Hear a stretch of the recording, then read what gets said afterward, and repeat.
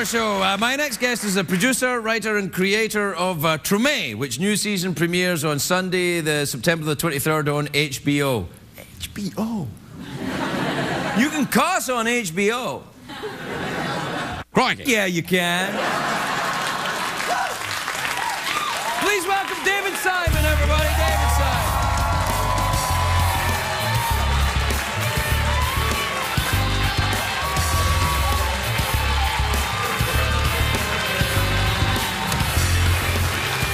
Welcome. May I say before we begin, what an excellent shirt you're wearing this evening. It's clean. It's clean and it's nice. Look, I think it'd go well with this tie. Nah. No, it would. Look, you've got the paisley there and then the colour blocking there. It'd be good. You might want to think about that. Okay. All right. Congratulations on the 3rd season of Treme. That's something, eh? Now that's... And I've done it without viewers. I mean, that's the beautiful thing. The thing is, you don't need viewers. Who needs viewers? Well, clearly not me either. Exactly. So, no, it's fine because I think you are, of course, you created the best show that's ever been on television, which was The Wire. That would it was without doubt. I would have said The Honeymooners. But no. You didn't create The Honeymooners. I didn't. You're right. Yeah. But I want to give you something big for that. It's a chocolate dollar. Thank you. It's been. It is indeed. Yeah, it's a chocolate dollar. You don't eat it now. It's a little. I've fingered it a bit. I'll save it for later. Save it for later, then. Yeah. Tell us about Treme then. It's set in New Orleans, right? It is. It's the post-Katrina history of New Orleans told through some fictional characters. And, yeah. And no vampires, no gangsters. Hence, no viewers, my friend. Yeah, I mean. That's your problem. I don't know what I was thinking. Yeah, you know, you gotta get some vampires in there. Yeah. At least some kids that pretend they're vampires and wear nice clothes. Exactly. Yeah. Exactly. You know, doing a show in Louisiana without vampires, I don't know what I was thinking. You'll be all right. But why New Orleans after Baltimore, though? I think of you as Baltimore all the time. I don't know. I had to go somewhere else. Actually, I had a little interim where I went to Iraq with... Very few series coming out of Iraq. No. Or jumping up and down. They only gave that one 7 hours. Right. We had even less viewers That than was before. Generation Kill, right? That's right. Right, yeah. And I think that was... My cousins watched it, and some Marines watched it. Right.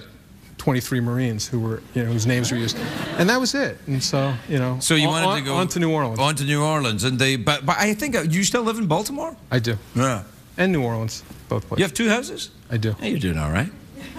Well, I think... Can I have my chocolate dollar back? Nah. I fingered it. Yeah, no, well, that was the reason I gave it to you, I guess. Yes, I like that. So, I'm fascinated by Baltimore because it's such a diverse and wide array of talent comes out of there. You're out there. John Waters is out of Baltimore. Harry Levinson. Yeah, I mean, what is it? Mencken. Why is it that town produced such a wide array of diverse talent?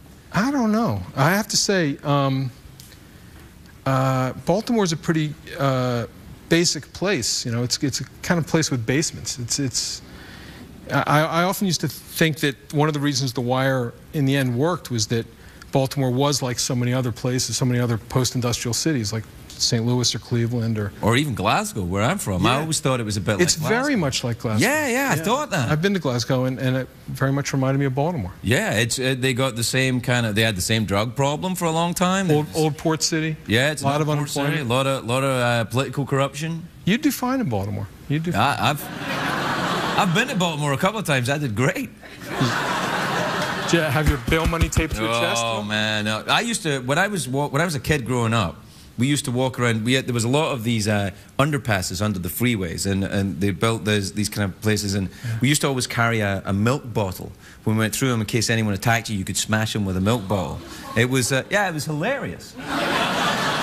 It's the building blocks of comedy. Right, yeah. But it's quite, I mean, the Wire was seen as, this comment you talk about, the post-industrial society. I met a guy, let's call him an entrepreneur, in Moscow, right? Yeah. Who was a big fan of The Wire. And he said it was just like Moscow, because it was like some other places. He said because capitalism cannot really exist effectively unless there is a reasonably honest police force. It said if the corruption gets too high in the police force, capitalism just cannot exist. Same thing happened in Chicago in the 1920s, happened in a lot of post-industrial American cities, and it happened in Moscow in the, after the fall of the Soviet Union. That's interesting. I think that, you know, we're in a situation now where capital is having its way. And labor has been really diminished over the last 30, 40 years. You're not a Republican, are you? I'm a little to the left of the Democratic Party. Yeah. I see that. But, you know, so somebody's got mouth organ, awkward pause, or a big cash prize? You got to go for the big cash prize. I'll go for the big cash prize. Really? Great. What time is it, Shadow Steve? It's time for the big cash prize.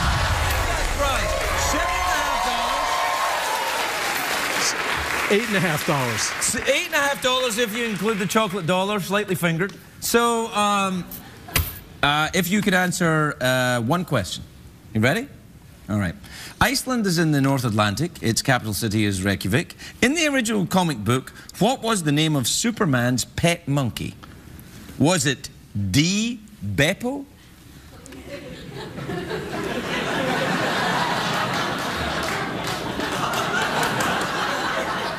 How did we get through Reykjavik to the question? Just one of those end of empire with laughs things going on, I guess. You are an enigma wrapped in a riddle. Are there other choices besides D? Sure, but they're wrong. I'm going to go with Beppo. Beppo, D is the correct answer.